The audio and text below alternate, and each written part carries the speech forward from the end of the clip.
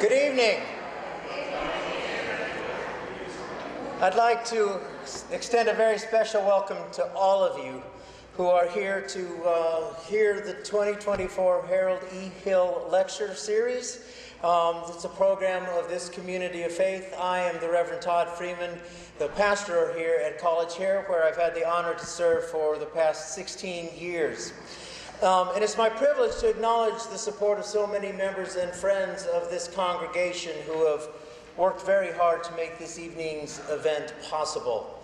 And a very big thank you to all the promotional efforts of so many other congregations and organizations in town, including Eastern Oklahoma Presbytery, Tulsa Metropolitan Ministry, and Public Radio Tulsa 89.5.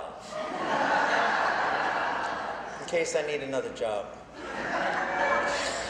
Previous lecture series speakers have included Krista Tippett, John Pavlovitz, Diana Butler-Bassett. Next year will be Brian McLaren. And this is actually our first lecture since the pandemic began, so we're very glad to get back on track. So I'd like to remind you now, if you would, to put your phones on silence. And I also want to now offer some special opening comments concerning the Reverend Dr. Harold E. Hill and this lecture series. And let me start with a quote from Dr. Hill. "There is a great need for scientific education in religion, especially in philosophy and theology. Ignorance in these two fields leads to dangerous attitudes and concepts." Dr. Hill spent his lifetime working to promote intellectually honest, scientifically informed understanding of religion. And he was well known in both the University of Tulsa community, where he was a professor of the Department of Religion from 1966 to 1985. And he was also known well in the Tulsa interfaith community. And I suspect some of you here tonight are former students of Dr. Hill. If you are, raise your hand. And you do have a few. Welcome. I'm glad you're here. As an ordained minister in the Presbyterian Church USA for 68 years, he taught and preached in dozens of small churches throughout eastern Oklahoma. And Dr. Hill was a staunch supporter of many organizations focused on social justice and population control and gender equality and women's rights, including reproductive rights. And before passing away in March of 2013, Dr. Hill knew of this lecture series being formed in his honor, and he was deeply moved and appreciative of this effort. And College Hill, right here, was his church home. He always sat right where Ann Lamar is sitting right now in the back. And it was very treasured, had a sense of community and belonging he believed were the most important elements of church life. And Dr. Hill's daughter, Marilyn, and granddaughter, Emily, are here tonight. I'd like to welcome them. But they are also members here of this congregation, so this is also very exciting for us. But now I'd like to introduce tonight's lecture series speaker. Brian Kaylor is a Baptist minister with a PhD in political communication from the University of Missouri.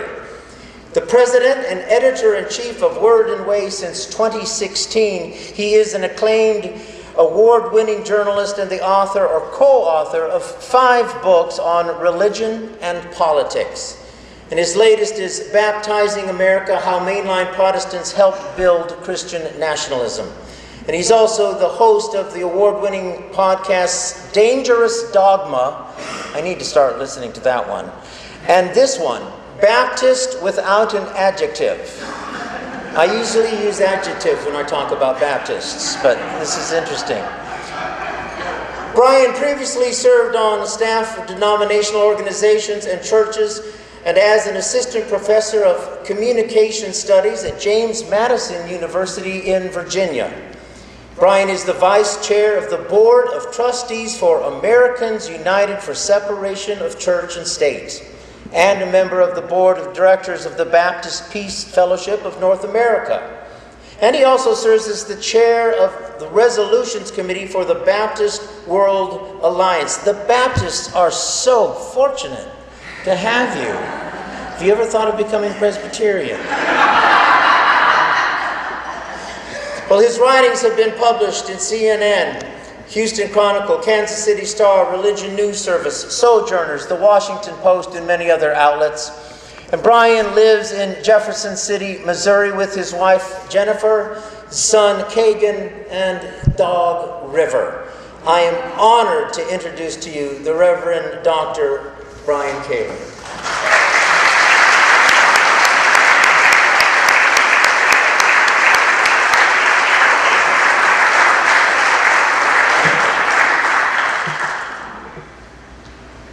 So my sister became a Presbyterian, so you all are family. That's what happens when she married the son of a Presbyterian pastor. So it is an honor to be here to give the Harold E. Hill lecture. And it's also nice to be here to talk about Christian nationalism in the state of Ryan Walters.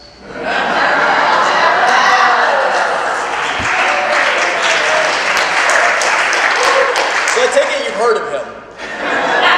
Actually, the irony is that I could say his name in another state and people would have already heard of him as well.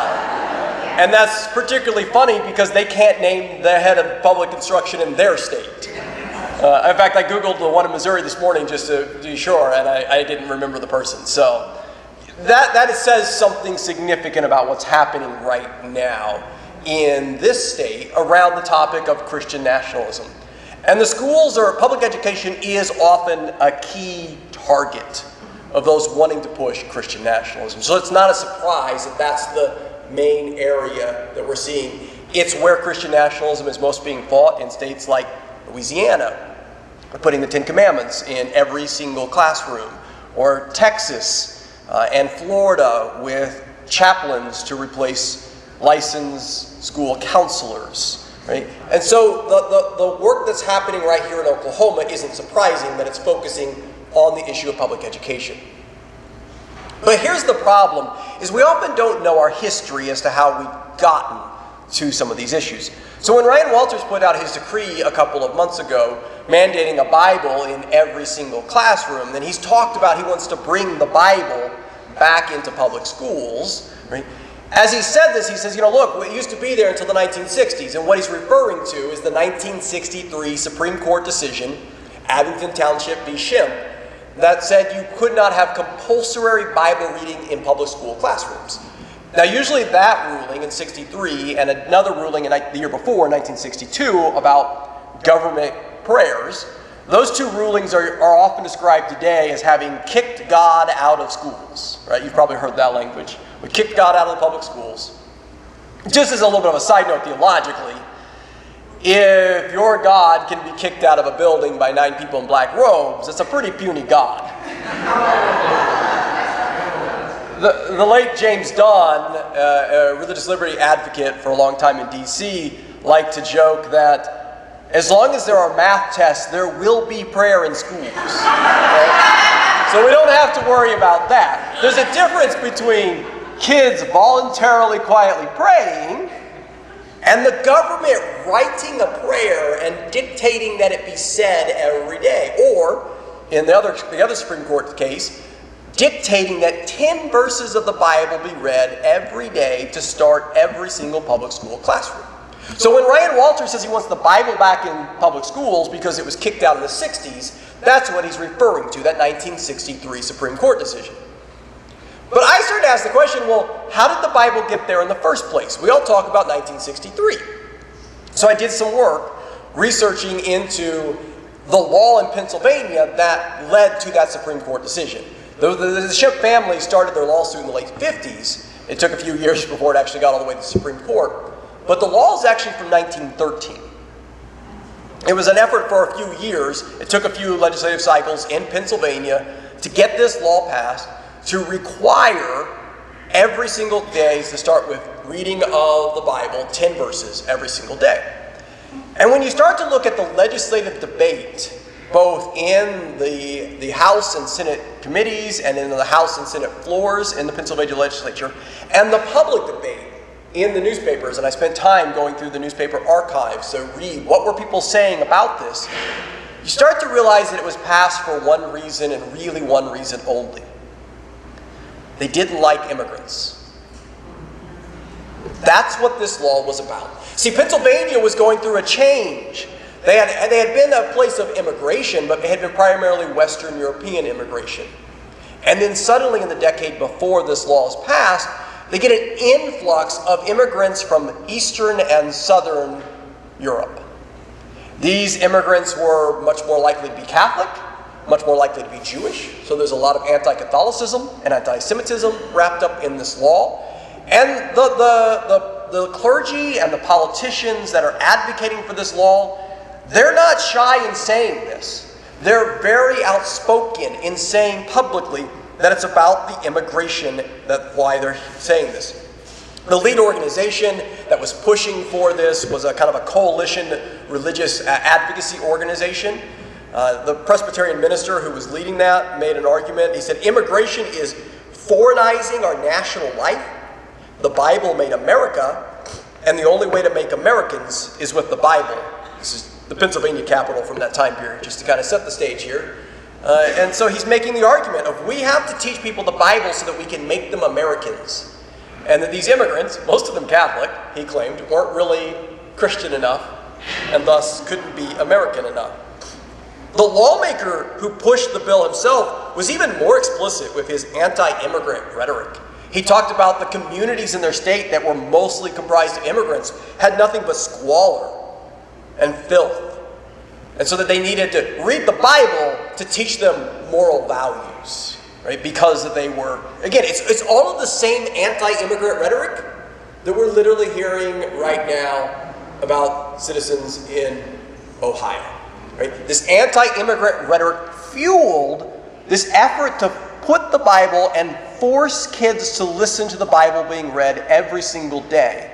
And like we're told in the good book, there's nothing new under the sun. We're going through another wave of fear-mongering about immigrants and a push for Christian nationalism. So let's make sure we're all on the same page. What is Christian nationalism? I'm glad you asked. Let's actually go somewhere else first to define Christian nationalism. All right, so this way I'm not talking about your political party or your political candidate. I hope we have no Putin fans here tonight. Russia is a Christian nationalistic state. The Russian Orthodox Church and the Russian government are collaborating together. And they both get benefits out of this. Right? Putin gets sanctification for his policies as well as just him as a ruler. Patriarch Kirill of the Russian Orthodox Church there in that photo with Putin has blessed his invasion of Ukraine. Even going so far to say that if Russian soldiers die fighting in Ukraine, that it wipes away their sins. It's a salvific act. So to die for country is to die for God. But the Russian Orthodox Church also gets benefits out of this. Some of it's economic. They have rights and privileges that other religious groups don't get, like the ability to sell limousines and cigarettes without taxes and that kind of thing. Core religious values. You should think about that as fundraising here at the church. Right? They put God in the Constitution a few years ago. But so that's what you can start to see is happening in a Christian nation like Russia. We see the two. But here's the other thing that's important about Russia that teaches us something about Christian nationalism. It's only good if you're part of the Russian Orthodox Church. So just because you live in a Christian nationalistic state and you're a Christian doesn't mean you're actually okay. So the most persecuted religious group in Russia right now are Jehovah's Witnesses. But the second most persecuted group in Russia today are Baptists. And the third most persecuted group are Pentecostals. And I'm talking about in the hundreds every year since 2017 when Putin signed an anti-evangelism, anti-foreign missionary law. In the hundreds every single year, Baptists and Pentecostals have been arrested, fined, fines that usually are more than a month or two of their salary equivalency, or even imprisoned. They've shut down organizations, they've shut down seminaries, there's been a massive persecution. So what this tells us about Christian nationalism is only ever about a narrow slice of Christianity. Or in other places we have religious nationalism, like in India, it's Hindu nationalism. In Turkey, we have the rise of Islamic nationalism. But in Russia, in Brazil, in Hungary, and in the United States, it's Christian nationalism. But it's only a narrow slice of Christianity that actually gets privileged. And so in today's iteration of Christian nationalism, that doesn't include most of you here in the sanctuary today. It doesn't include this church. The iteration of Christian nationalism that we have right now is a conservative, evangelical, Pentecostal version of Christianity that would get the privileged status. And so when we think of Christian nationalism, maybe we think of the classic scene of a 4th of July service at First Baptist Church in Dallas, Texas, where they do shoot off fireworks in the sanctuary. I don't recommend that. I'm sure your insurance company doesn't recommend that. While also having the church choir sing the anthems of every single branch of the military, while they have uniformed members of those branches show up in the service. And it starts to raise some serious questions of who, what are we really worshiping? But this is the classic vision of Christian nationalism that we're faced with today. And so the key core definition that I want you to take from this then is Christian nationalism is an ideology in the United States that fuses and confuses American and Christian identities. It fuses and confuses American and Christian identities to the point that it says that to be a good American, one must be a good Christian, defined in a very narrow sliver. And even the flip, to be a good Christian, one must be a good patriotic American. So this is what Christian nationalism does. It pretends like these two ideologies are one and the same, and thus actually distorts both. But particularly ends up distorting Christianity. The politics and the power always ends up winning out. So when we think about Christian nationalism, it's also important to remember that Christian nationalism isn't just either you're a Christian nationalist or you're not. When scholars study Christian nationalism, they always put it on a continuum. So this is from the work of sociologists Andrew Whitehead, Samuel Perry, and what they've done is they ask a bunch of questions. One of them, by the way, is do you want prayer back in public schools, right? That's a key Christian nationalistic goal today. And then they rank on how many of these questions you answer in one way. And so they have a category, the ambassadors. The ambassadors are full-fledged. They want Christian nationalism. They're excited about it. They're shooting off the fireworks in their church sanctuary. There is a category of rejectors. They're opposed to Christian nationalism, and they're outspoken about that. But as you can see, most Americans are in the middle. Most Americans are like, well, I kind of like this Christian nationalism over here. Maybe I don't like that idea over there. But most Americans accept at least some ideas of Christian nationalism. And this isn't surprising, because if you grew up in a white Christian church in the United States, Christian nationalism was just in the air we breathe. It doesn't matter if it was a white evangelical church, a white mainline church, a white Catholic church. We have for decades been pretending like American and Christian identities complemented each other and perhaps were even synonymous. One way I like to explain this is to suggest that Christian nationalism is like microplastics. There's a little bit of it in all of us. This is a picture from your toothpaste. And those are microplastics in your toothpaste. So I want you to think about that tonight when you're brushing your teeth. And about the microplastics that you're putting into your body. And be slightly terrified about that. And then remember that Christian nationalism is also in you and be even more terrified about that. Right? We've just been taught that these things go together, and now we have to learn how to detox.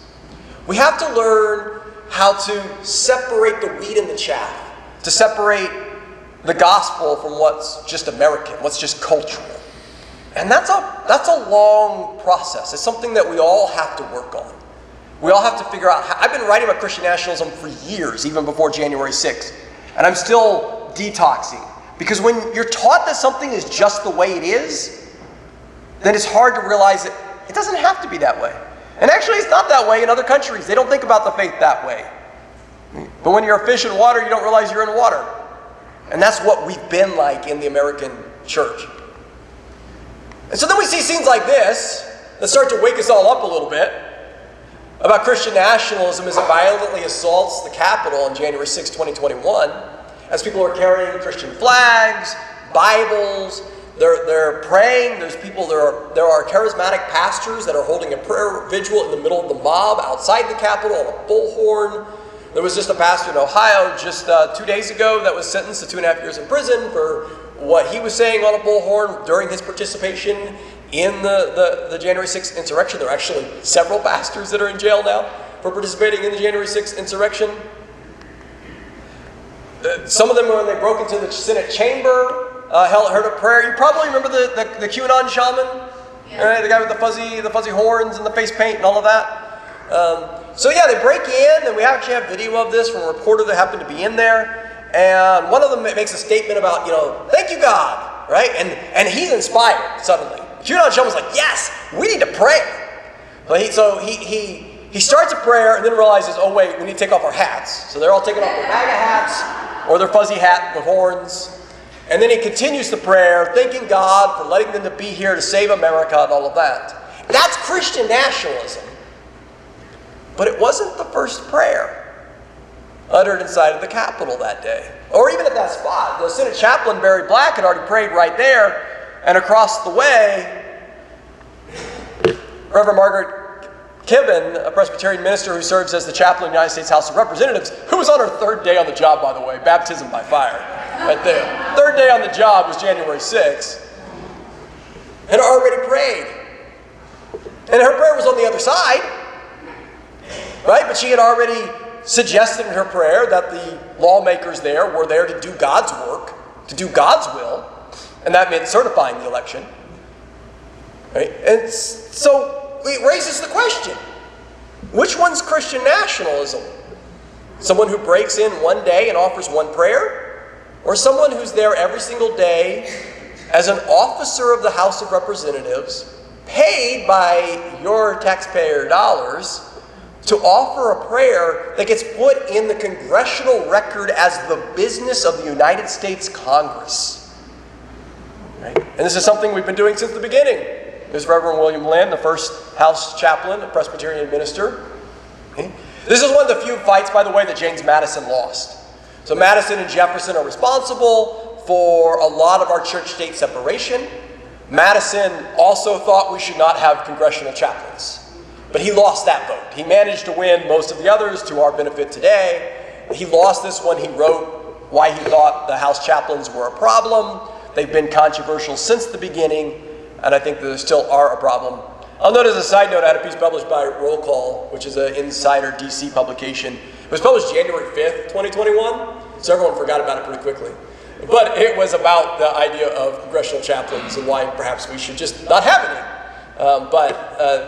Then we saw the next day the House chaplains are continuing to show up, and the Senate chaplains showing up, and you have chaplains in your own state legislature, and perhaps prayers in your city councils, and ways that tell some citizens that you know what, you're a second-class citizen because of what you believe theologically, as opposed to what is it that makes us American. And so this is that kind of history that it's important for us to remember in this moment, because you probably remember this moment back from Holy Week, right, which is the key time to sell Bibles, of course. This obviously got a lot of controversy, a lot of flack, justified, jokes about maybe he should read it, especially the passage about not committing adultery. That was a Representative Liz Cheney joke, right? All of that was true. And to take a Bible and stick in the Pledge of Allegiance, the national, the Constitution, the Declaration of Independence, and the lyrics to God Bless the USA, of course, and pretend like it's on par with the other text in this sacred book, and to stamp an American flag on the front, or the flag of any nation for that matter, is blasphemous. And it is also Christian nationalism. It's a merging of it. Ironically, I will note it's the King James Version of the Bible. It's just really funny to have a Christian nationalism Bible named after an English king, but it's because it's in the public domain. They couldn't get permission to use the NIV, so it was too controversial. So they had to use the King James Version. You can get it for $60, or you can get a signed copy for $1,000. Because who doesn't want a Bible signed by a politician? That's what it's all about. However, before Trump hawked the Bible, Harry Truman helped promote a Bible. And this wasn't an outreach from conservative evangelicals and Pentecostals, because in 1952, they weren't running the country. That was when it was us, the mainline Protestants, the Presbyterians, American Baptists, Episcopalians, on down the line, UCC, ECLAA, the Seven Sisters, if you will, that were dominating culture for most of American life. And so through the National Council of Churches, they released a new translation of the Bible, the Revised Standard Version. Some of you might use that, or you might use the New Revised Standard Version that comes from it. Right? This is a product of the mainline tradition. And to celebrate, they actually had a ceremony in the Rose Garden of the White House to give the very first copy of the RSV to Harry Truman, who then takes the Bible, blesses it, and says, yes, this is great. And you know what? If more people would read this, we would have world peace and realize that my foreign policy is correct. Right? If Donald Trump had done what Harry Truman did, and had a Rose Garden White House ceremony to celebrate a new Bible from Paula White Cain, right, or the National Association of Evangelicals, we would have thrown a fit about that, and rightly so. And yet it was our side of the Protestant family that did this. And in fact, this guy right here, Luther Weigel, is a very fascinating figure. He was the dean of the Yale Divinity School. He was ordained in both the UCC and the ECLH, so he's a doubly ordained mainline Protestant minister. He is the religious elite of his day. He was the head of the translation committee. That's why he's the one handing the Bible to Harry Truman. And then there's a moment a few years later, and this is going to connect us back to our Ryan Walter story, because he actually testifies in that court case in Pennsylvania, the Abingdon Township versus Shimp case, for the public school. At the district level, he testifies for the school that yes, they should be allowed to require students to listen to 10 verses of the Bible every single day. And then when the Supreme Court rules the other direction, he's so upset he writes letters to Congress and pushes them to pass a constitutional amendment to enshrine government prayers and Bible reading in public schools. He was a progressive mainline minister who wanted us to be a Christian nation. So it's not new, it's just aimed in a different direction. Or let's talk about under God in the Pledge of Allegiance. This is actually my favorite story, if you will, because it really highlights two things. First of all, it's a really obvious answer. We can go from point A to point B and know why under God got put into the Pledge of Allegiance. You see, when the Pledge of Allegiance was actually first written by, I'll note, a Baptist socialist minister, I know we don't normally put those two terms together. Roger Stone did call me a Marxist pastor a couple years ago, so I got ordained as a Marxist pastor by Roger Stone. But Francis Bellamy actually was like proudly socialist. Like he was the vice president of the Christian Socialist Society, and also a Baptist minister until he got fired because of his socialism. So that does kind of compute. So he's working for a magazine that profits itself by selling American flags. And so they decided, well, we should have a pledge to the flag, so then more people will buy flags and it funds the magazine. It was all capitalism. That's why we get a Pledge of Allegiance. But he left God out of it. And it stays godless, if you will, for 62 years. And then in February of 1954, Reverend George Dockery, who is a pastor of a Presbyterian church, New York Avenue Presbyterian Church in Washington, D.C., just a couple blocks from the Capitol.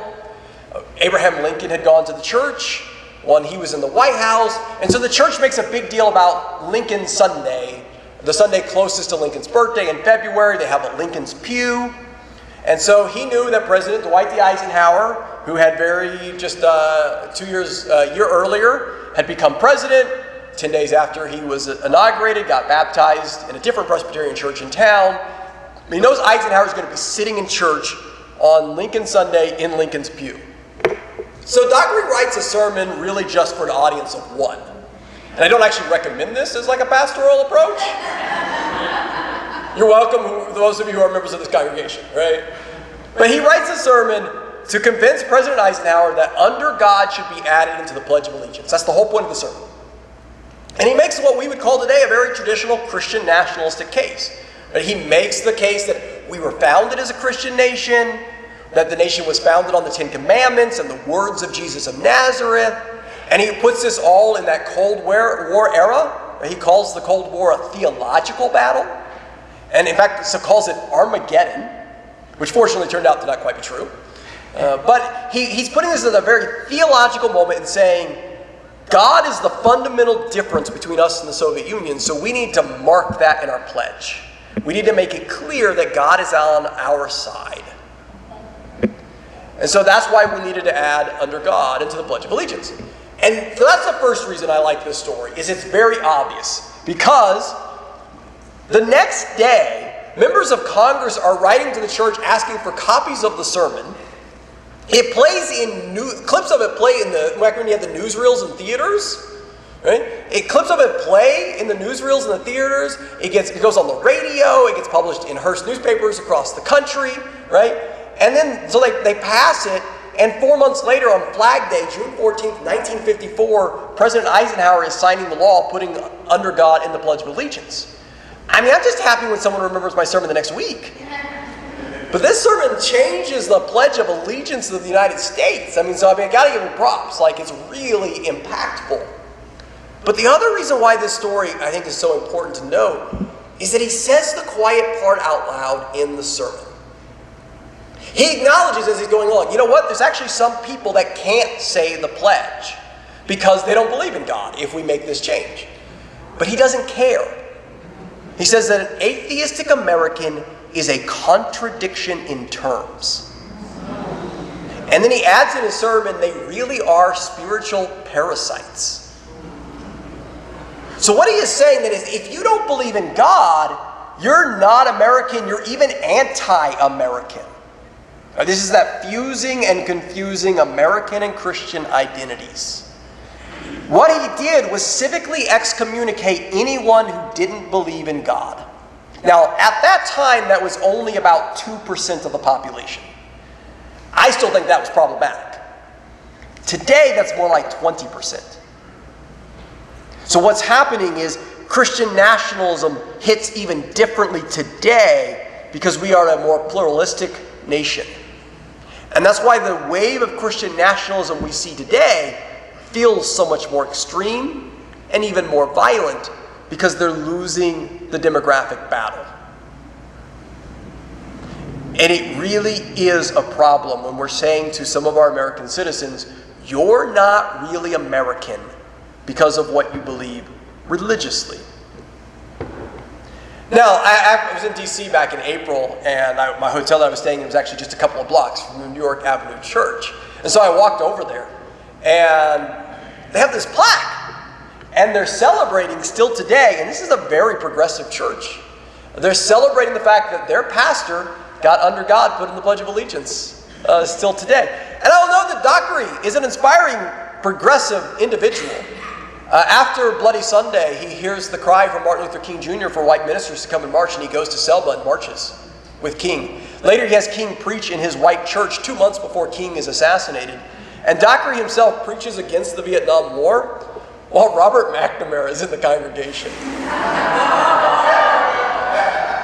There's a lot I actually like about Dockery, even though I'm being a little hard on him about the under God thing.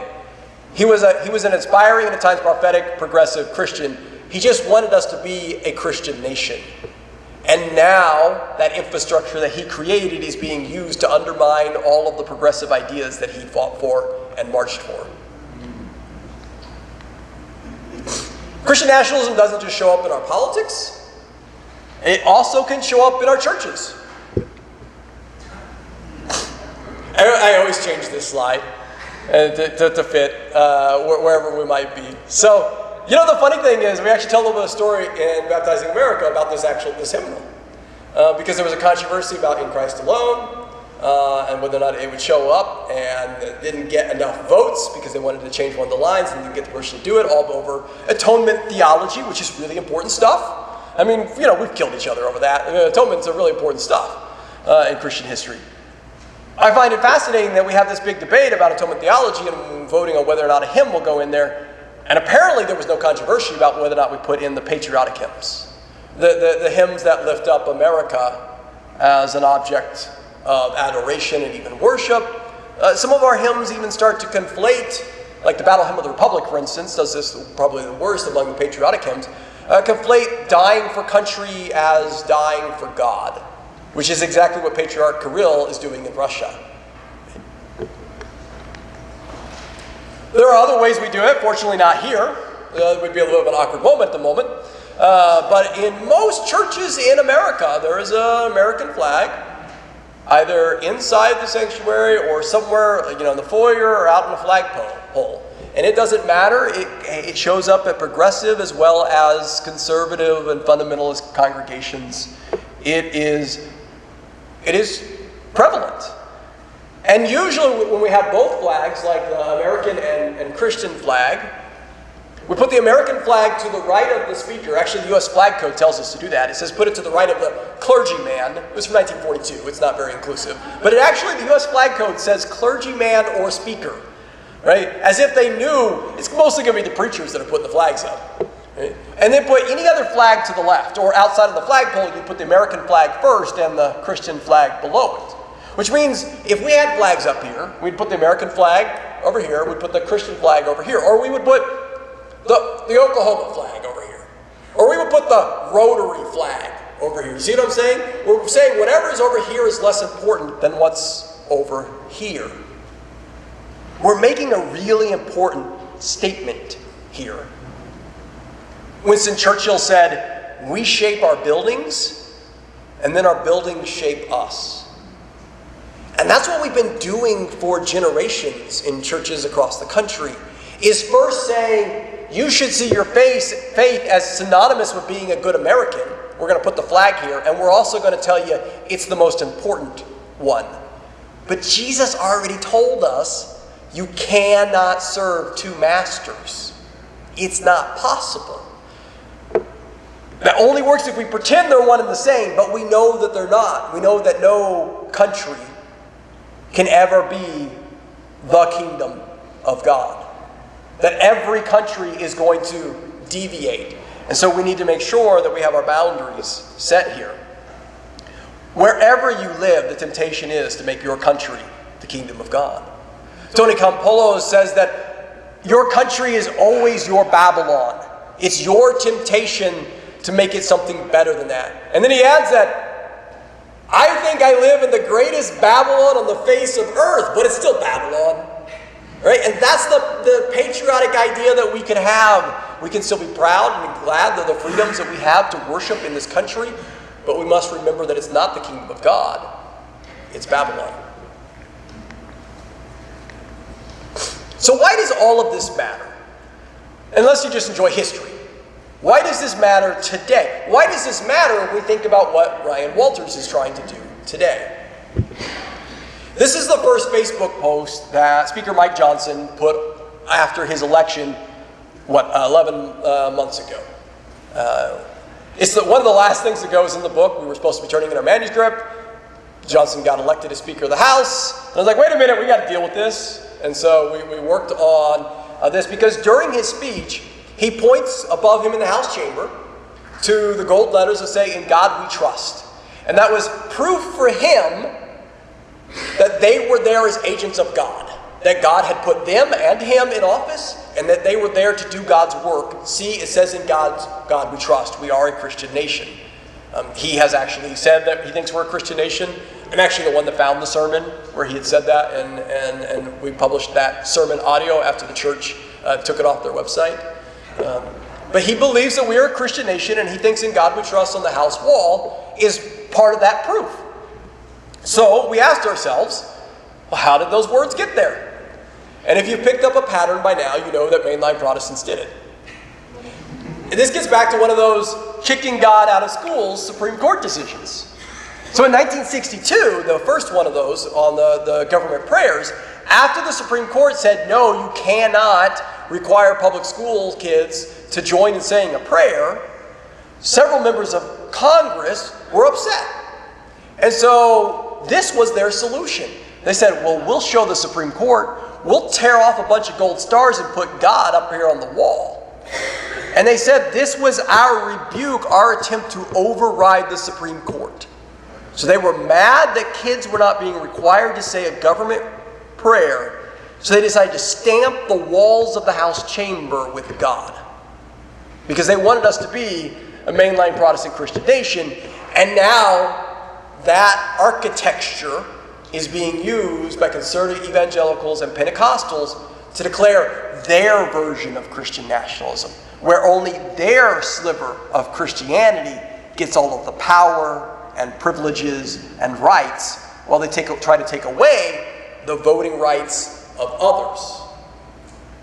We created the infrastructure that's being used today. So when Ryan Walters refers to things in history, he's referring to things that our traditions created to empower his vision of Christianity and his vision of public society. And that's why we can't just criticize, oh, those Christian nationalists over there. Oh, those people who stormed the Capitol. There's a little Christian nationalism in all of us, and particularly in our histories and our traditions. So what can we do about it? Because it's cathartic to write that Facebook post condemning Ryan Walters or Speaker Mike Johnson, and they deserve it, so feel free to do that. But don't think that you've thus done the work of the Lord and you've solved this whole Christian nationalism problem. There are more productive ways that we can start that process of detoxing. Remember, if Christian nationalism is a continuum, the question is, how do we move ourselves and more people further away, further down the scale of Christian nationalism? So part of that is educate, impact your circle of influence. Ryan Walters, Speaker Mike Johnson, they don't care what you think. They don't care what I think. But there are people in your life that do care what you think. They do care what you have to say, and so you can help them understand why Christian nationalism is not only a threat to our democracy, it's also a threat to the Christian witness. Why it distorts what it means to be a Christian, what it means to follow the Jesus who taught a global faith. A faith to love everyone. And who is our neighbor? Yeah, it's even those Haitian immigrants, or even those people that live in Haiti that haven't immigrated. That all of them are our neighbors. And then even if that wasn't far enough, you're like, well, they're not my neighbor, they're my enemy. Oh wait, Jesus told us to love our enemies too. So we're really just kind of stuck with it, regardless of whether they're our neighbor or enemy neighbors. Look at your own church and denomination. Again, this is one of those things of knowing our own history so that we can make a difference there, but also these are the types of people where we're going to make a difference. People in our own faith community are those that are going to listen to us. Engage in repentance when necessary.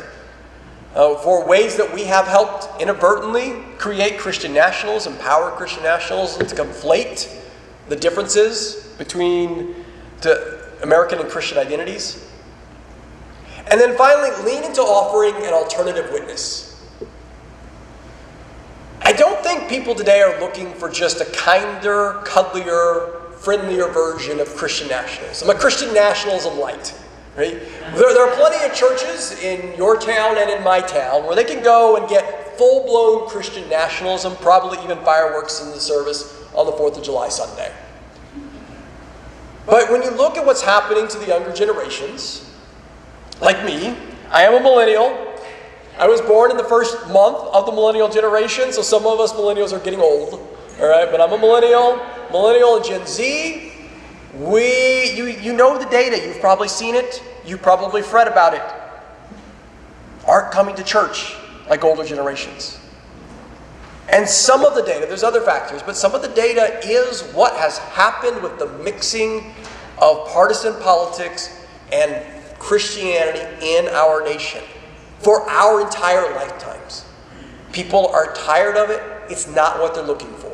They're not looking for just a lighter version of that. Now, most of those aren't calling ourselves, those who aren't going to church, aren't calling themselves atheists or even agnostics. They're calling themselves nones, N-O-N-E. None, as in the no religious affiliation. Still believe in something, still believe that there's a God, but not finding it in a church. What they're looking for is something different. And I actually think it's what Jesus happened to teach us. The radical message of those red letters in our Bibles, that's a message that is the opposite of Christian nationalism. It doesn't define a faith by national borders. It doesn't define a faith by fear and hatred of the other, immigrants, or any of the others that Christian nationalism likes to go after today, be that Muslims, atheists, LGBTQ+, and we can continue a list. Right? Christian nationalism thrives on others. It needs someone to fight against. The younger generations are tired of that. They're looking for an alternative community. So we can lean into offering that alternative vision, knowing that this isn't for everyone. There are some people that are not going to come because they're too far into Christian nationalism. But there are a lot of people that are looking for something different. And I think we can find a way of offering that alternative witness to them. So I know I've thrown a lot at you, and these are actually even just a few stories from the book Baptizing America, as well as a couple stories for those of you who've already read the book, a couple stories that aren't in there. So bonus, if you'd already read the book, I wanted to, I didn't want anyone falling asleep. So of course you can grab a copy. Back in the back. That's how it went down, right? So on book launch day I put that on Facebook just for fun. That moment, by the way, is often said, Donald Trump was reaching out to his evangelical base. There is nothing evangelical in that picture, the original picture. So the church is St. John's Episcopal Church, right? It's an Episcopal mainline congregation. Donald Trump is a product of the mainline tradition. I know we don't like to say that. He was confirmed and identified as a Presbyterian all the way until October of 2020, 2 months after this picture was taken. Married in Reformed and Episcopal churches. So he's a product of the mainline tradition. And the book that I copied out, the Bible there, when he holds it, he's holding it up, and a reporter asks him, "Is that your Bible?" And his answer is, "It's a Bible," which is a funny response. And it turned out it wasn't his Bible. But it's not just any old Bible, because there's actually some pictures of the spine. It's an RSV Bible. It's the Revised Standard Version Bible, the one that the very first copy went to Harry Truman in the White House. It's the same Bible right there. So everything in that picture, the president, the church, and the Bible, are products of the mainline Protestant tradition. So we got some work to do there. Also, at Word Away, we have a new email newsletter, a public witness, that I'd like to encourage you to sign up for. I don't know if your phone will capture that far away, but there's also the address publicwitness.wordaway.org. Talk about Christian nationalism and other issues. This is where the Pennsylvania law story actually came from. It's something I wrote earlier this year there. And so I'd love to have you join us there as we think about what does it mean to live out an alternative Christian witness in this crazy society that we find ourselves in. But all that is to say, there's a lot of work to be done. But we are people with the good news. It's not Christian nationalism. The good news that Jesus taught is something that people desperately need to hear today. And so it's up to us to go and tell it.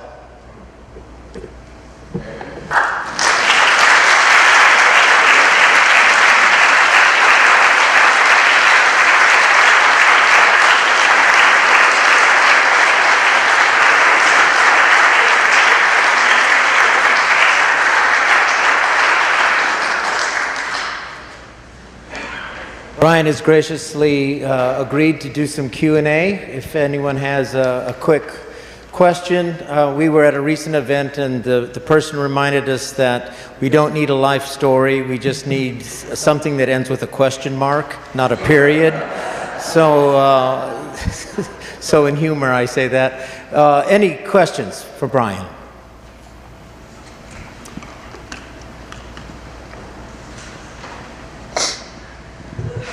When you were talking about this picture that's still up on the screen, and you were, I think you said Trump was married in an Episcopal and some other church. Did you say he was baptized? He was confirmed in a Presbyterian church when he was 13, I think, 11 or 13. I was actually at a Donald Trump event in 2011, heard him speak, and he actually held up his picture. He was speaking to a group of evangelicals and said, "See, look, I was confirmed when I was 13 in a Presbyterian church," and that was his proof that he was religious. He currently, however, has no membership in a Presbyterian Church USA congregation.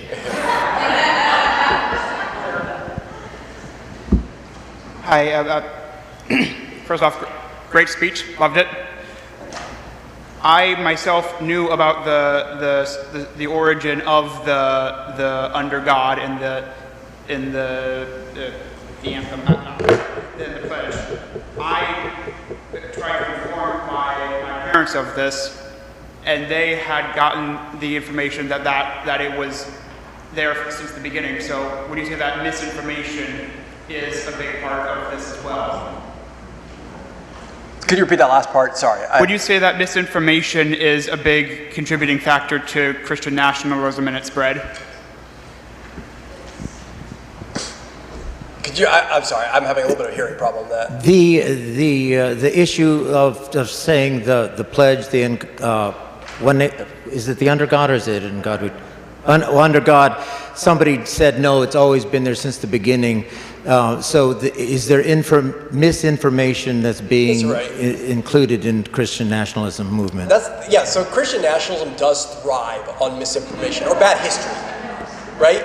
So it's not just like, they talk about all this stuff, since our foundings, like most of the stuff, as you start to realize, is happening in the late 40s, throughout the 50s, early 60s. So as I mentioned, we're in a violent kind of evangelical Pentecostal wave of Christian nationalism. The last big wave was the 50s period when all this stuff is happening. But it has to be bad history because the real history doesn't actually back up Christian nationalism. Right? If our founders had intended us to be a Christian nation, they would have said so in the Constitution. The only religious statement in the Constitution before they added the amendments was Article 6. It says there is no religious test for office, which is literally the opposite of Christian nationalism. Because Christian nationalists want to make it so only Christians are in office, right? And that's a radical proposition from how any other government had been formed. And the First Amendment is itself radical in this separation of church and state with the disestablishment clause as well as in the religious liberty for all. And so that's the problem we have.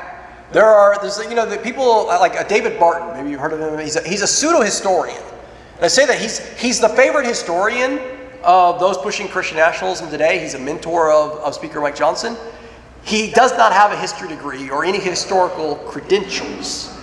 And he literally uses fake quotes that are falsely attributed to various founding fathers to justify this idea that we were supposed to be founded as a Christian nation. So that's what's frustrating when you're trying to talk about this stuff with people, is that so much of the history that we've been told is just flat out wrong. But that's a difficult educational process to help people to accept the fact that they've been told false history. But I think we have to be patient with people. If you've been told this all of your life, let's have some grace for people. Right? If you've been told this, I understand why people think we were made to be a Christian nation, because that's what they were told. I understand why people stormed the Capitol, because they were told that God had said Trump would win, and they were told the election was stolen. And if you believe that, why wouldn't you show up to protest a stolen election? Why would you not show up to support God's will? That's why this rhetoric is so dangerous. Right? Because when people believe it, of course they show up. And so that's why it's important for us to help people see what's really happening. Hi, I have a question about the intersection of white supremacy with this issue. Yeah, so that's a good question. And I appreciate that because in the book we unpack this a little bit better, and I didn't address it today. Christian nationalism is inherently tied up with racism.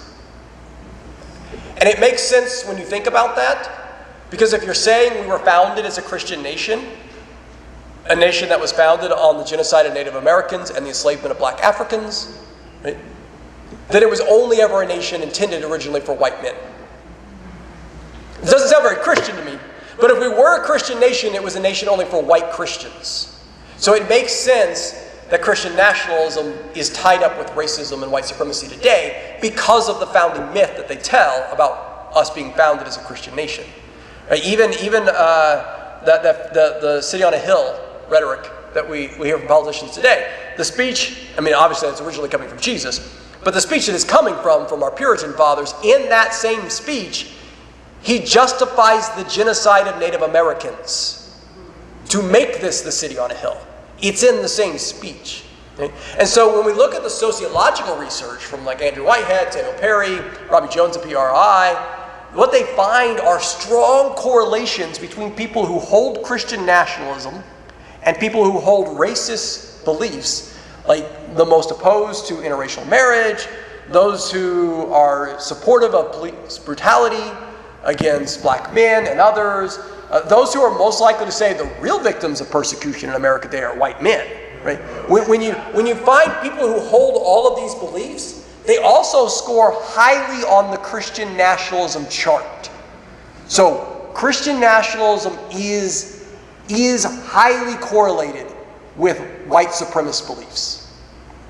Right? And it makes sense when you go back to that founding myth. So it's definitely, again, this is one of those reasons why it's dangerous for us to even present a friendlier, kindlier, cuddlier version of Christian nationalism, because we start to disciple people to this ideology that leads them to some dark places, some really dangerous thoughts. So as a person, this is a practical, functional kind of inquiry. For those of us who help with liturgy, specifically in my case music, is the proactive thing to do avoid those sort of patriotic hymns around the 4th of July and Memorial Day? And I mean, is that the step that we need to take, and explain why? Yeah. So it's easy for me to tell you what to do in your church, because then I don't have to deal with it. But I'm going to tell you what to do in your church. No, that's okay. I would. And I'll tell you, part of this has been a journey for me. So I spent several years teaching in Virginia. During that time, I was part of a Mennonite congregation and didn't realize how much I was being formed by that particular tradition until I came home to visit my parents after just a couple of years, and happened to be there for 4th of July. We went to church, and they're singing, the patriotic hymns. And it was the first time that it clicked. I was like, whoa, why this is weird. Because we hadn't sung those songs in the church that I had been a part of, and we didn't have a flag in our church that I had been a part of. And that was when that was that moment where I was finally able to see it doesn't have to be this way, because I had just spent a few years in a congregation that didn't do that, right? And so yeah, I think it's healthy for us to say, we are here today because it's Sunday. Regardless of what Sunday it is, the 4th of July is not a liturgical holiday. And so we're here to worship God, whether it's the Sunday before the 4th of July, the Sunday before Thanksgiving, the Sunday before Labor Day, the Sunday before whatever, right? And then, if we want to afterwards leave church and head out to the community park and join in a 4th of July parade and wave the flag and so on, that's fine. But it's a different space. Right? Like this is the embassy of heaven. We talk about that as a metaphor in the book. If you go to an embassy in DC, you won't find the American flag flying inside their embassies. They fly their flags because you are on their land. Right? When you go into the U.S. embassy in another country, you have entered into the United States. Right? You have a safe haven that you can go in there, and you are now in U.S. territory. We are in an embassy of heaven. And so that's why we don't fly the flags of other nations. That's why we don't sing the songs of other nations. And I think that that's can be a difficult process to help people see, but I think that's what we need to do as part of this detoxing process. And then what I would say related to that, my favorite advice to give to pastors is the best antidote to Christian nationalism is a global faith. People who push Christian nationalism, when they define it, and I go to these rallies. I've been to Reawaken America with Michael Flynn and Eric Trump and Pillow Hugger Mike Lindell and Sean Foyt and so on. I go to these events as an occupational hazard, just to write about them and see what's happening. And when they define Christian nationalism, they say the opposite is globalism. They see themselves as fighting against globalism. But when I read Jesus, he sounds like a pretty global guy. Right? I think our faith is inherently global. And so the way we fight Christian nationalism, even without using the term, is just to help people see the global implications that when we come together, we are gathering in communion with people around the world, whether they're on the other side of some human-made border or not. And that's how we push back against it. And so anytime we start singing those songs, we're undermining that global message. Other questions?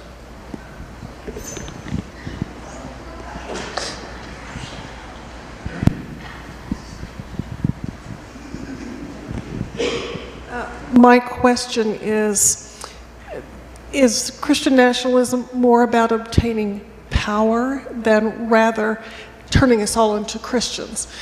Because I really don't see that as their endeavor. It's about power. And once they gain it, it won't be easy to take it back. Do you see it that way as well? Yeah, no, you're absolutely onto something. So like, let's take Russia, for example. Church attendance in Russia is abysmal. They have put God in the Constitution. They have fully fledged married the church and the state, and no one actually goes to church. So you can have a Christian nationalistic state, and like 5% of the population actually goes to church. So it's not working, right? It is about power, and that's what should concern us who identify as Christians, right? We have an extra responsibility in this fight because this is a heresy done in our name. But we should be concerned because it's a perversion of our faith for power. And my favorite quote in thinking about this comes from Tony Campolo. He said, mixing church and state is like mixing ice cream and manure. It doesn't hurt the manure, but it sure messes up the ice cream. Every single time we've mixed church and state, it's always gone poorly for the church. Constantine, Nazi Germany, Russia today, it always is about power first and the church gets discarded. The gospel gets discarded. And that's why I think we need to be very concerned about this movement. So we need to vote. Look, Christian nationalism is inherently anti-democratic, small d, democracy, right? Especially today in the United States. They don't actually have the votes with the demographics. Christian nationalism doesn't care about democracy because it's saying only one group of society should rule, whether they have the votes or not. Christian nationalism is inherently anti-democratic. That's why they're fighting against democracy, trying to cut down people's right to vote. And as I like to try to remind people, democracy is still a new experiment in the United States. It's not until we have the Voting Rights Act of 1965, when everyone can actually vote, that we're a democracy. And so we're still in a fragile childhood status as a democracy, and that's why they're trying to undo it, because they don't want a democracy in a pluralistic, racially diverse nation. And so, the antidote in our churches, the theological antidote to Christian nationalism is the global faith. But the political antidote to Christian nationalism is a democracy with a strong separation of church and state. Because if we have a democracy and we have a separation of church and state from our constitutional rights, Christian nationalism cannot be implemented.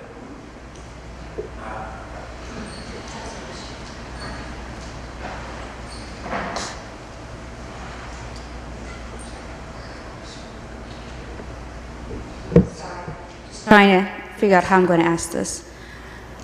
So, as one of the probably millennial generation who is going back between being agnostic and a nun, how would, and also getting tired of just the word Christianity everywhere we go, how would you address or maybe figure out who we probably are? Like, we agree with the peaceful, loving, wanting diversity, but we're tired of getting things shoved down our throats. We're tired of the word Christianity. We're tired of feeling like, well, if we're not that, we're going to H-E-L-L, even if we don't believe in it. We're just tired of all this, like, and then Ryan Walters definitely does not help. And then I also see some people who was it Gen Z, the one that's below the millennials, the younger ones? They're also I've seen some of them go into the Christian nationalism because they're trying to find someone that they can belong to. Sense of belonging, yes, thank you. They find a sense of belonging even though they didn't realize that you don't have to go to that to find a sense of belonging. How would you address that, is what I would say. Yeah, and so I will say it's not enough for us to just, as you were reminding us, it's not enough for us to just be like, well, all we have to do is wait for all the old people to die. No offense to the old people here, right? Because we do have problems with Christian nationalism all along. This is, progress is not inevitable, which is why we have to vote, right? Progress is not inevitable. And so then the question that we have, that we're faced with every generation, but it does seem to be strong right now with millennials and Gen Z, is how do we reach people? And part of the problems we have is we have a media infrastructure that lifts up those espousing Christian nationalism as the only version of Christianity. So we have to find ways this isn't always in the mainline Protestant ethos, right? To demand some attention and be evangelistic, if you will, about our version of loving thy neighbor as thyself. But those stories exist. I mean, I'll just give as a side, I've talked about one side of what we're seeing in Springfield, Ohio. I wrote this past week at A Public Witness about both sides, both the hateful rhetoric that we're seeing, but then also the clergy and the churches right there in Springfield that are loving their neighbors. They have been before, and they are continuing to step up right now and do so. That's the picture that I think people are looking for. But we have to figure out a way how to get those stories out. But it's going to be hard to convince people to give the church another chance because some of our churches have done such a poor job. And I don't know if that's a great answer. I don't know that I'm always the best person to answer these types of questions. I am a millennial that actually still goes to church. So, but I know it's a problem. Any other questions?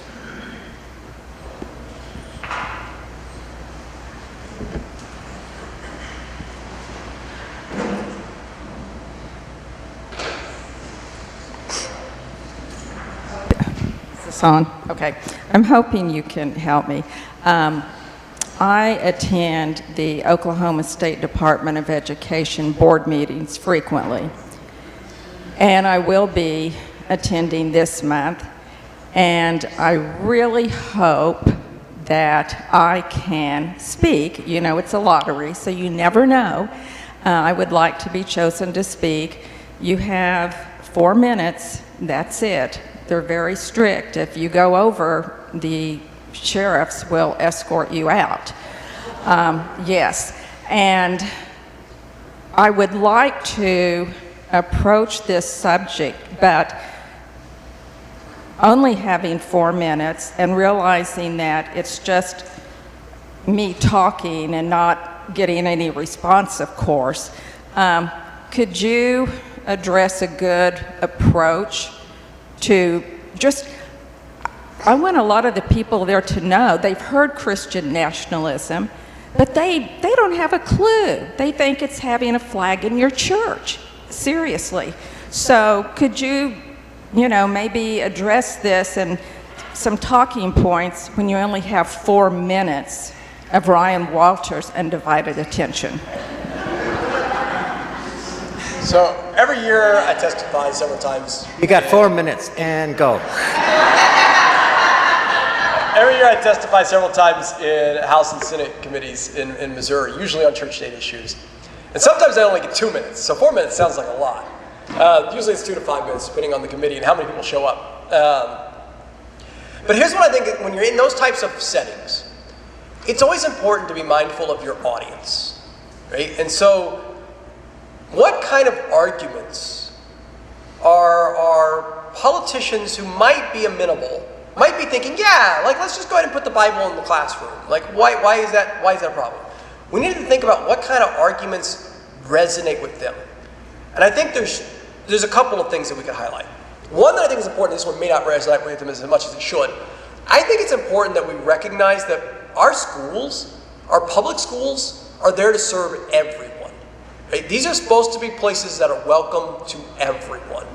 And so that's something that's a really significant problem when we start telling students, as well as some teachers and staff, that they're not really American in their own public school because of their religious beliefs.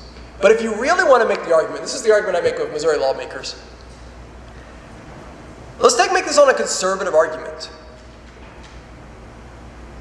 Why would you trust the government to teach religion? No, I mean, like, seriously.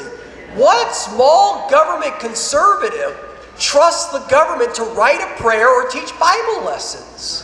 Right? Like that's not something that we should want to see, regardless of where we are on the ideological spectrum. We don't want the government picking and choosing winners and losers when it comes to religion. And that's exactly what this would be doing. It'd be empowering the government to pick and choose winners when it comes to religion, when it comes to faith, when it comes to the most critical things. And as I've told the lawmakers, I will teach my son the Bible. I will teach, my church will teach my son the Bible. But I don't trust them to teach him the Bible. And if they teach it the way I teach it, it would be unconstitutional because it'd be sectarian. And if they teach it any other way, then they're violating my parental rights by teaching my son something about faith and religion that's different than what I and my church are teaching him. These are actually really conservative arguments. Right? We can make a case to them. I'm not saying they're going to suddenly see the light and vote for you. But we need to make those arguments in their language, with their values. So I think you can do that in 4 minutes. I hope you go viral when you do it. So.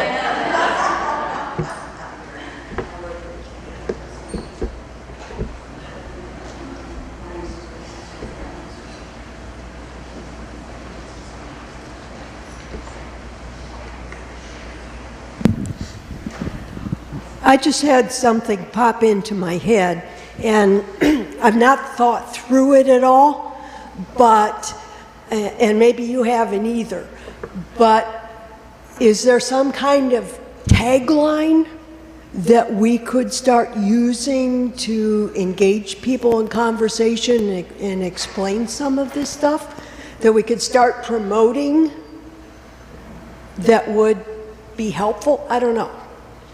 That just popped into my head. Yeah, so there are a lot of great resources out there, Baptizing America. There are a lot of great resources. Christians Against Christian Nationalism is an ecumenical effort, actually launched in like July of 2019, right? So again, this is not a reaction to January 6th type of thing. I have a cameo in the launch video. But it's a way of Christians saying, this is not Christianity.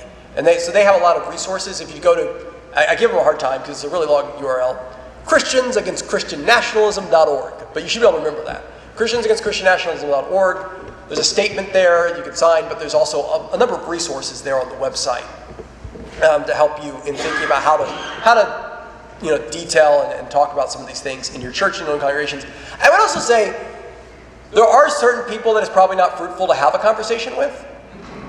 Right? And so, but if you go back to when we had the continuum, like the ambassadors are pretty far gone right now. A conversation that isn't probably going to be helpful. But most of Americans are in that middle space. And those are the people we need to have conversations with because they're winnable in either direction. And so we need to help them to see a different way of being as a country, a different way as being as Christian, so that they're not won over by those that are ambassadors for Christian nationalism. But relationships are important. Right? I mean, that's how we convince people. Our last question. Anyone want it? Okay. Can you hear me or no? No.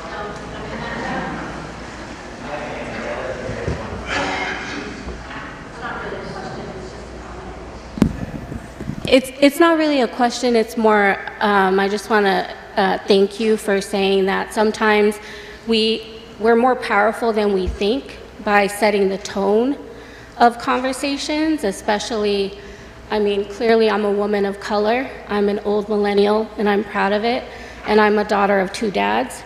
So if you're coming into my sphere, my circle, you have to be a little understanding, or you're not invited to the table. And so oftentimes when I'm in spaces where I'm one in the room, I often have to be more aware of my surroundings, one for protection, but also to set the tone in the room or to make sure I'm safe in a state like Oklahoma. So what you said tonight about speaking common language, everyone here has their own circle or 100 of people or 5 people that they can think of, and sometimes it's your family, which can be uncomfortable. But anyone who has a phone has access to a tremendous amount of people through your social media, through email, through your signature line. So you're more powerful than you think. It's just about being selective about the words that you put so people know how they can approach you or how they can't. One thing is putting your pronouns. You know, I'm a Latina, I'm a heterosexual woman, but I have 2 parents and I mentor hundreds of young people, and that invites them to a conversation with me from the jump. And so I think we're more powerful than you think, and I'm just gonna hold on to what you said about finding common language, so thank you. Thank you very much. That was beautiful. That's right.